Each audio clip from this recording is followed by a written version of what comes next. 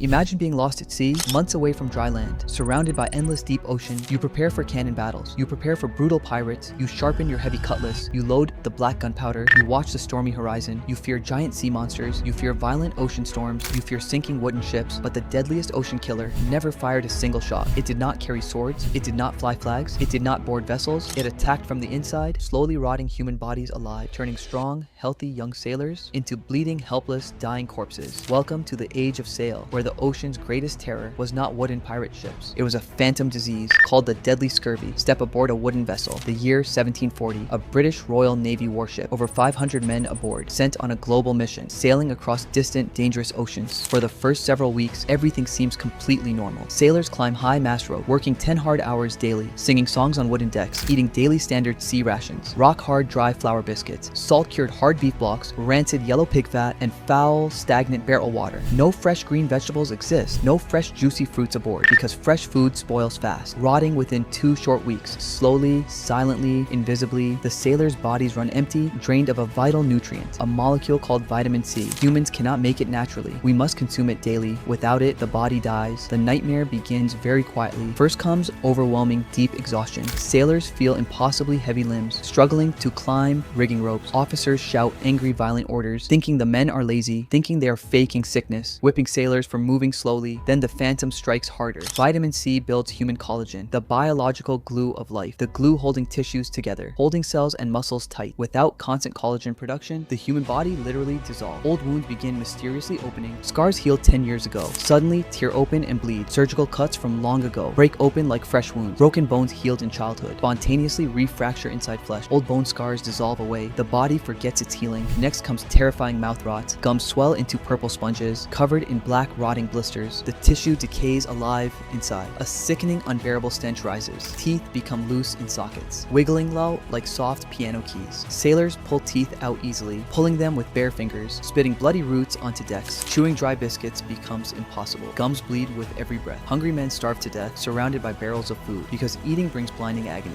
Underneath the pale sailor's skin, tiny blood vessels break open. Blood leaks into muscle tissue. Black and blue spots appear, spreading across legs and arms. Dark bruising covers entire bodies. Legs swell up like logs. Muscles harden like solid wood. Tendons contract and tighten painfully. Knees lock in bent positions. Sailors cannot walk or stand. They crawl across damp planks, groaning inside dark, smelly hammocks. The pain becomes completely excruciating. Even the slightest cold breeze feels like knives cutting flesh. Even light touch causes screams. Then scurvy attacks the mind. The brain starves for nutrients. Sailors suffer terrifying, vivid hallucinations. They see green, grassy fields. They smell blooming flower gardens. They see their distant families. Some weep uncontrollably for hours. Others fall into violent rages, attacking crewmates with bare hands. Total psychological mental collapse. Any sudden shock or excitement can cause the heart to burst. Men sitting up in bed drop dead in 1 second. Internal bleeding fills their lungs, drowning slowly in their blood. Think about the horrific numbers. Between 1500 and 1800, pirates killed thousands of men. Naval battles killed tens of thousands. Shipwrecks sank many wooden fleets. Cannons blasted hundreds of hulls. Muskets tore through wooden decks. Tropical fevers took many lives. Bad water poisoned many crews. Mutinies destroyed several wooden ships. Starvation took countless brave sailors. Harsh winters froze entire crews. Drowning claimed thousands of souls. Shark attacks killed many men. Shipboard accidents crushed strong bodies. Falling from masts killed sailors. Diseases spread through dark decks. Typhus took many young lives. Dysentery emptied entire royal vessels. Yellow fever destroyed naval bases. Malaria killed sailors in ports. Gangrene claimed thousands of limbs. Pneumonia filled lungs with fluid. Scurvy killed over 2 million. 2 million innocent young sailors. More than all wars combined. More than all ocean disasters. Entire massive fleets were crippled. Ghost ships drifted across oceans, full of treasure and gold, manned only by dead sailors, rotting silently under the sun. The most tragic part of history, the cure was always simple. A single,